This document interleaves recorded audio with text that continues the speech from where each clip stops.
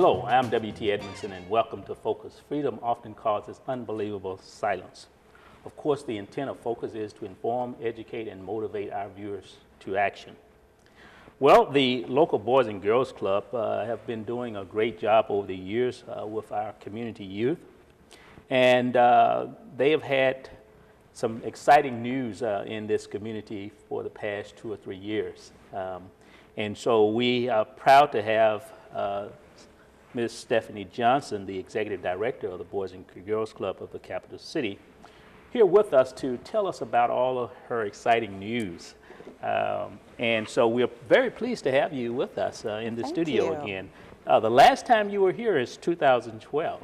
So Wow. It's been a while. It has been. A lot has happened since that time, that's for sure. Okay. Well, like I said, a lot has gone on with the club since you were last here. Mm-hmm. And you have added numerous sites here in Jefferson City. And of course, the exciting news of a new structure. Tell us about where the club is and where it was and where it is now since your arrival. Sure, absolutely. Well, for so many years, we were located at 727 East Elm Street. That was our home. It was actually once a gas station, but we had rehabbed the facility, and it was, though it had its fair share of issues, it was home to us. But in 2013, we found out that the Lafayette Street interchange was going to impact our ability to serve children at that location. So for about the next year, we were in negotiations with MoDOT to buy out our facility, and they did buy us out. $425,000 was our buyout amount, but we knew that, one, we had outgrown that facility. We needed something bigger, and in no way could we reconstruct a building for that amount. So we launched a capital campaign with a goal to raise $2 million. And we also went on a search for a location for this new building. And it was quite challenging. We really felt very strongly that the Boys and Girls Club needed to stay in this neighborhood to serve the children of the neighborhood that we're in currently. But we couldn't find anything. And into our facility one day walks Dr. Kevin Rome. He had just arrived at Lincoln University, came to introduce himself and tell us that he was a product of the Boys and Girls Club. He went to a club in his hometown and what the organization meant to him, and he saw an opportunity to pay it forward. And fast forward a couple of years, Dr. Rome and the Board of Curators voted to deed land on campus to our club. That is tremendous. Only a handful of Boys and Girls Clubs in the country are located on a college campus. We are the first one located on an HBCU, so we're very proud of that. So our capital campaign launched. We ended up raising $3 million, which was good because the cost of construction had risen from when we first got those numbers to the time it was to build the building. And here we are. Yesterday, we moved in. So from 2013 to 2017, it has been a whirlwind. And we found out we were going to be displaced. Our building was demolished. We raised the money. We built the building. And on May 30th, the day after Memorial Day, we will begin serving children in that facility. Oh, great, great. Tell me, knowing that anytime you go into a major campaign like that, what was your fears and going into that campaign? Well, time was working against us, and that was, I think, the biggest fear. Our building was demolished in August of 2014, and when that happened, we were very fortunate that the Jeff City Public Schools stepped up and said that we could host children in multiple locations across Jefferson City. So we were serving children in 7 locations. And then Lincoln University donated space on campus for us for our offices. So the Boys and Girls Club was operating out of 8 different locations. And that's very hard to do when you don't have home base. We knew that we didn't have several years to slowly raise the money. We had to get in, raise the donations, because we needed to get started on that construction project. The Jefferson City community stepped up for our kids. And we started that campaign in November of 2014, and we had raised about $2.5 million within a year. And since then, we've been able to raise an extra $500,000 to hit the $3 million mark. So the biggest fear was, can we pull this off in the time that we had? But the answer was yes. Yes, we did, thanks to our community. You indicated that the goal initially was $2 million. At that point, did you have your drawings and everything laid out and $2 million would basically do what you needed done? Right. So the original plan was this was going to be a 2-phase project. Phase 1 was to build the box and finish the upstairs. The downstairs, which is our teen center for middle school and high school students, that was going to be completely unfinished. We were going to make that a phase 2 in 5 or 7 years down the road. And just allow the kids to just come into a concrete box, which we knew they would be happy with. We could make it home. We also then realized that we needed to add square footage, that our cafeteria and kitchen upstairs weren't big enough, and we needed storage space downstairs. So from the original $2 million to the $3 million, we added 2,000 square feet to the facility. We completely finished the basement. And cost per square footage of construction elevated. When we started running our numbers, we were still coming out of a recession. There wasn't a lot of construction going on. So the cost per square foot was much lower than what it was 2.5 years later when the market recovered. So those 3 things in combination made the cost of the building more than we had originally projected. So what is your total square footage now? We have 18,000 square feet, Wow. 9,000 on each level. Okay. And I will say our old facility on Elm Street was 6,000 square feet. So this is triple what we used to have. That is great. Okay, now, there's always good news behind space, and then there is the challenge. Now you have all this space. Have you allocated the space and the staffing in order to take care of this? Absolutely. So a facility of this opportunity requires us to reorganize how we serve children. So one of the biggest examples is we now have a cafeteria. We've been serving dinner to children since 2012. We serve about 20,000 hot meals a year. In our old building, we would give a child a tray of food and they would just find anywhere they could sit. But here we will have designated space for a cafeteria we can eat. And we have a designated art and music center, a learning center, a game room. And then downstairs we have a technology center and even a recording studio for kids to enjoy. So how we will change our staffing is each of these rooms will have a program lead. Someone who is passionate about art will be the leader in the art room with an assistant. Someone who's passionate about being a gym coach, that will be the lead person in the gym. So we will have these leaders with followers. We're state licensed. So for that reason, we have to have one paid staff person for every 16 children we serve. This building has the capacity to serve 350 children per day, but that will take more staffing. So right now we're assessing, do we have the financial means to do that?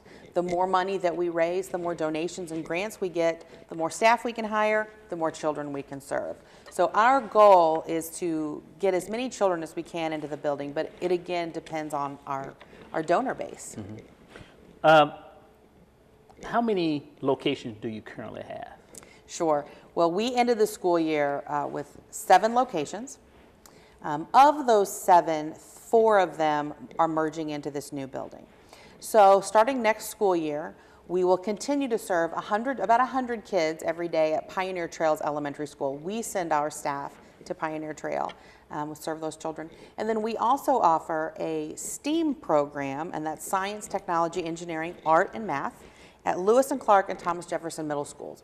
And those sites will remain too. Those are specially funded programs through the Department of Elementary and Secondary Education. So we will continue to serve those 3 school-based sites, but all other children, the children we serve from East School, South, Morrill Heights, Thorpe Gordon, West School, and then also other students from Lewis and Clark, Thomas Jefferson, and the high school will be served in our new building. Okay, now you said that those 3 locations are funded somewhat by Department of Education. The 2 middle schools are, yes. Okay, so it's not the club, it's the school. Right. No, the Boys and Girls Club Back in 2014, we were so fortunate to receive a $1.8 million grant over 5 years, spread out over 5 years, to fund those 2 middle school sites as well as our teen center. We were serving middle school and high school students at the teen center, but it wasn't a very technologically savvy program.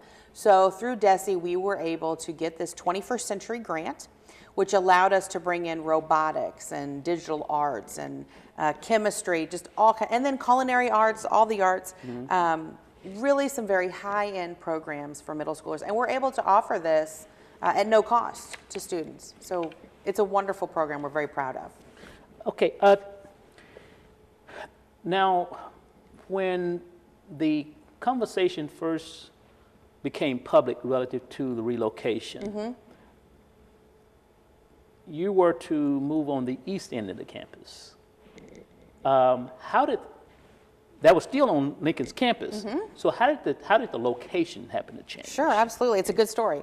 So when Dr. Rome came to us and we worked with the Board of Curators, the original concept was the Boys and Girls Club and Lincoln University were going to share a building on the corner of Locust and Atchison Street. It was going to be the Boys and Girls Club on one end, Lincoln's Wellness Center on the other, and one shared gym. Well, while we were talking about this shared facility, it came to light that Parks and Recreation, our city Parks and Rec, they were also looking at constructing a gym court. Jefferson City has or had a tremendous shortage of gym courts. Any church or elementary school that has a gym, those courts were booked up from teams that needed practice. So we had basically 3 different entities looking to construct that was very similar. And so the conversation started between Parks and Rec and Dr. Rome about what if they combined resources to build a multi-court wellness center. And as those talks went on, Dr. Rome was adamant that the Boys and Girls Club would come along in this project. And we were very grateful for that. So not only are we now the next door neighbors to the Link Wellness Center, we are able to use one of those courts every day after school from 3 to 5:30 for our children. Being able to use that meant that we didn't have to build a gym onto our facility. It probably saved us a good $1 million by doing that. I cannot begin to tell you how incredibly proud we at the Boys and Girls Club are to be a chain in the link between Lincoln, Parks and Rec, and Boys and Girls Club. We love it. It's wonderful. That is great. Knowing that you are, the Boys and Girls Club is a United Way agency, I know that they have certain restrictions on fundraising. Share that with us. What were your restrictions? Sure, absolutely. So as a United Way funded agency, quite understandably, we don't, as agencies, fundraise while they're doing their campaign in the fall. We offer that respect to them. It's the least we can do for the money they're raising for us. But United Way was very, very supportive of this project. And said they recognized that we had to raise money because we had to rebuild. They, the United Way and their board of directors, granted us a waiver, if you will, from their blackout period. So we were able to fundraise year-round for the capital campaign. They understood that timing was an issue for us, and so they gave us that grace. Oh, that is fantastic. That is fantastic. Here again, Jefferson City is a very giving community, Very much and so. We could expect no That's less. right. We could expect no less.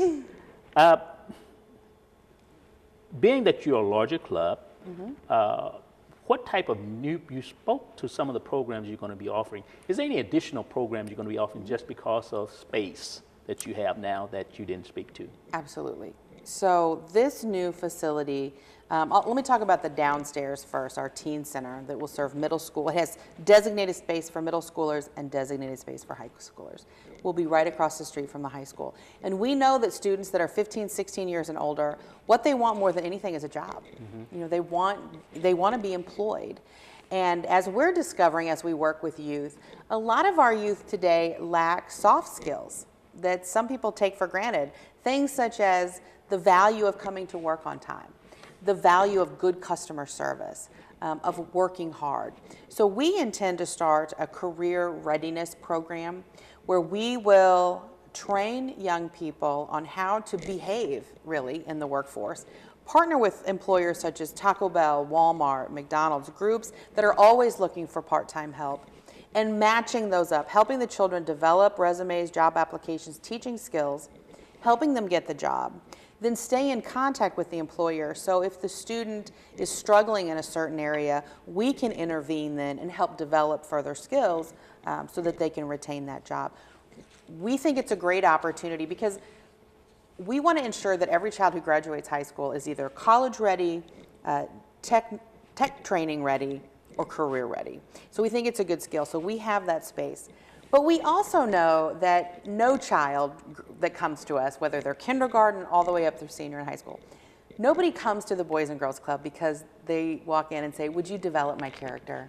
Would you make me a little bit smarter? They don't come for that reason. They come to have fun. Right. And so we have to make sure that we have a very fun, vibrant, whimsical environment. And that's one of the reasons we added the recording studio. So it is a full-on recording studio where students could come in and lay down a track or whatever they call it these days. And Boys and Girls Club of America, they do such a wonderful job of providing our local clubs curriculum. Mm-hmm. One of the new curriculums is Lyricism 101. And it basically looks at the value of rap as a music form that is truly the poetry of today. Right. It is literature. And so it's teaching children not only the component of writing and poetry, but then also the skills, the technical and digital skills it is to produce music. And so we will be using the recording studio to deliver our Lyricism 101 curriculum. We also have a technology. We have a flight simulator so the kids can come in and see what it's like to pilot a plane, and robotics kits. Our commercial kitchen, in addition to feeding the children, will be offering culinary arts classes in there as well. So again, we have to make sure that we are providing a program that is very fun and very enticing. That's what gets the kids in the door. Now, once they're in, we sure do focus on that character development and helping them academically. But those are just some of the examples of new things that we get to do in this building. So once you teach and train the young people in the studio, how does the public get a chance to see your good works? Well, we want to offer, one of the things that we're going to be able to do in this facility is we want to open up one Friday night a month for young adults, I should say young adults, for middle school and high school students.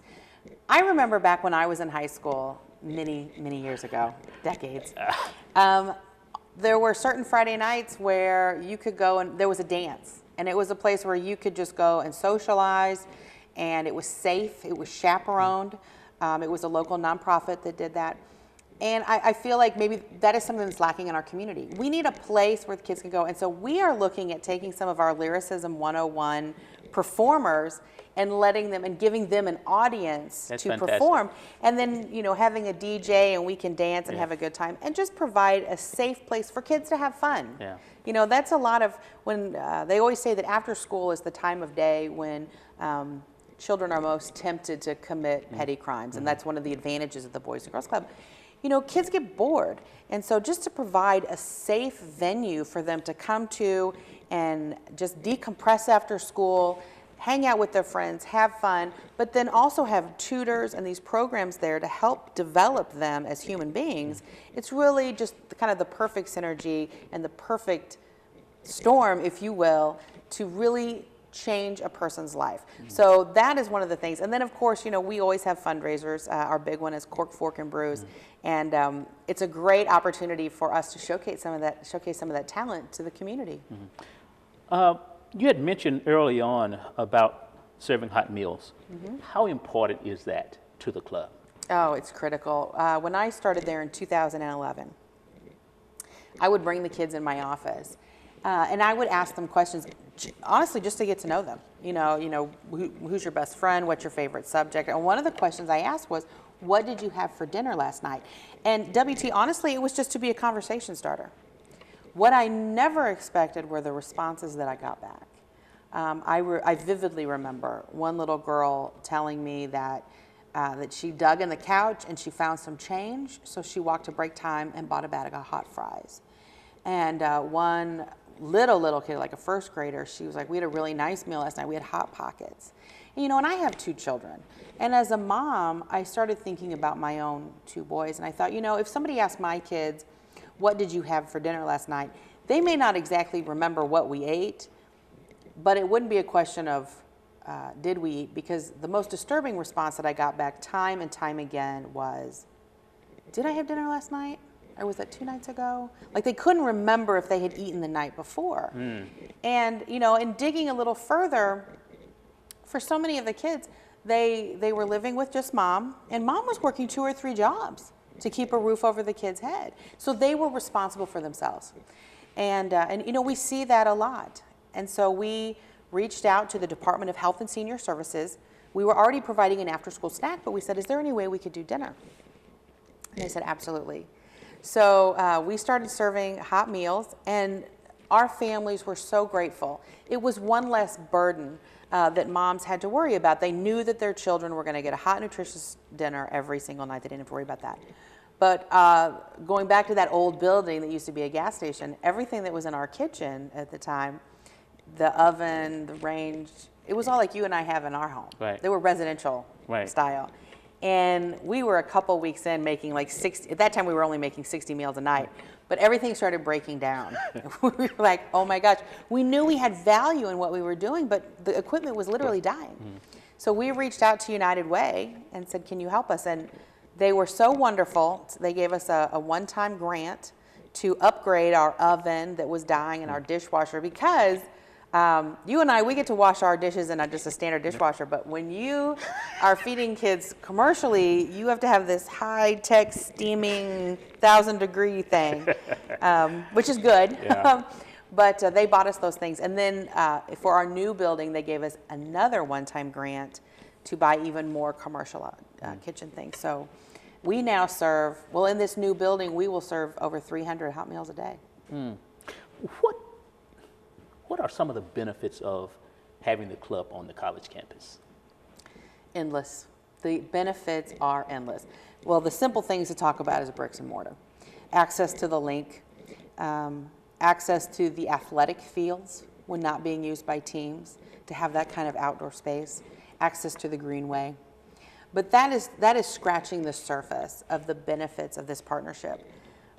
Of all of our part-time students that work with the Boys and Girls Club, that are really the frontline staff with the kids, they're almost entirely Lincoln students or Lincoln grads. Education majors, sociology, psychology. These are people that want to grow up and work with kids, so it's a wonderful place for them to work. And we've had that relationship since I've been there. What can be added to that are the mentorship possibilities.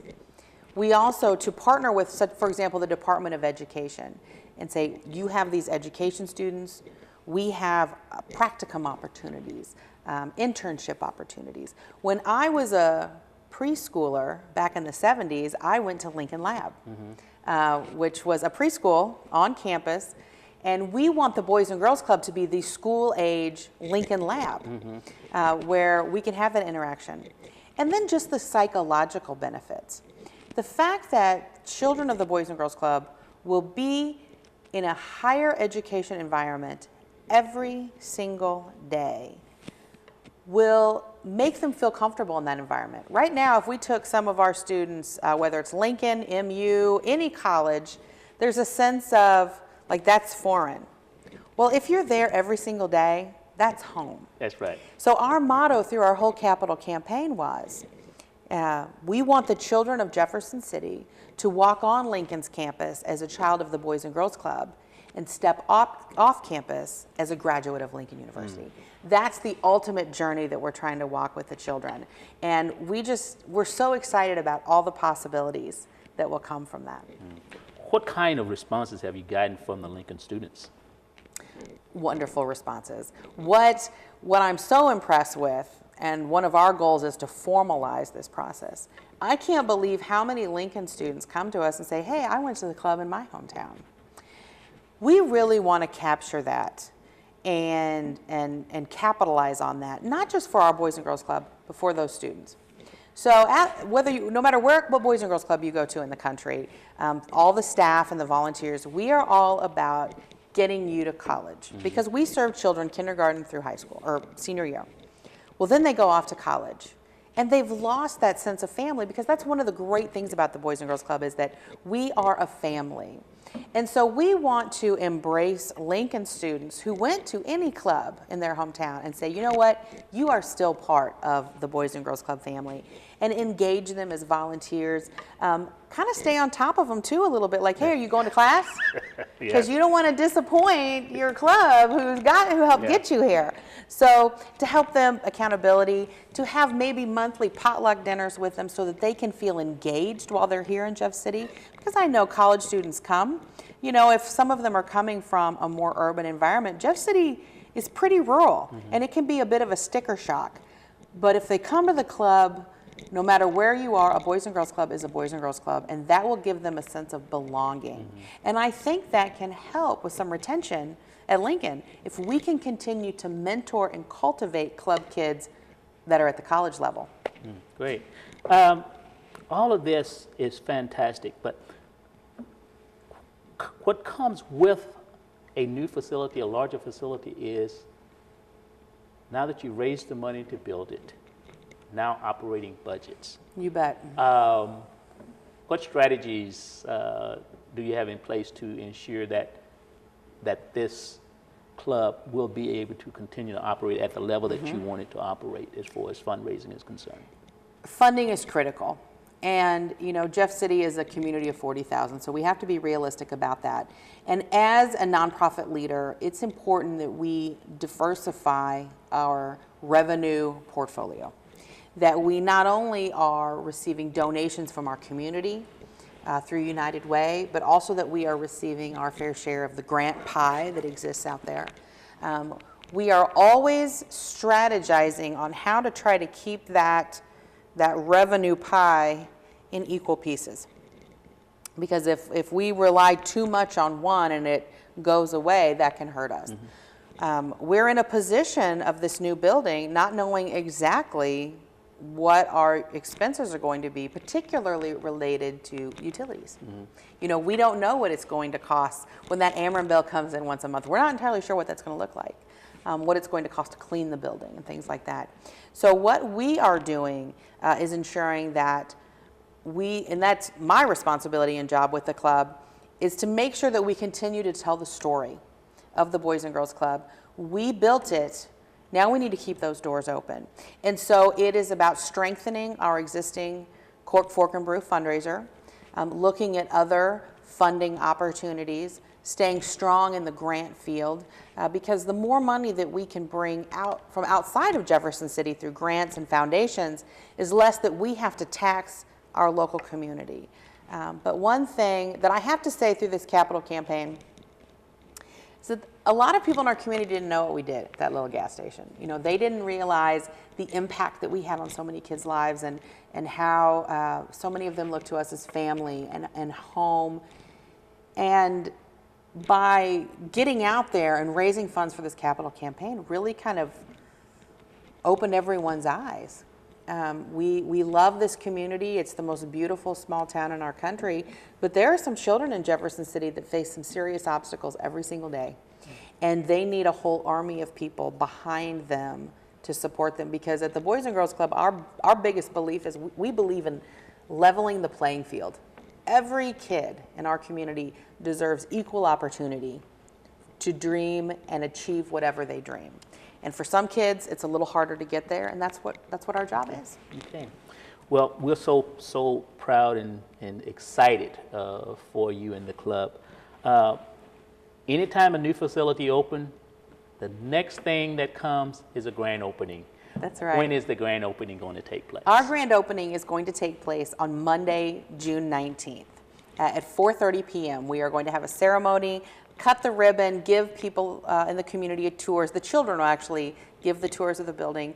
And then we are hosting our fundraiser, Cork, Fork, and Brew, right next door at the Link Wellness Center this year. So if you want to get a ticket, you can do that. And then we will come back to the Boys and Girls Club at dusk and turn on our blue beacon of light.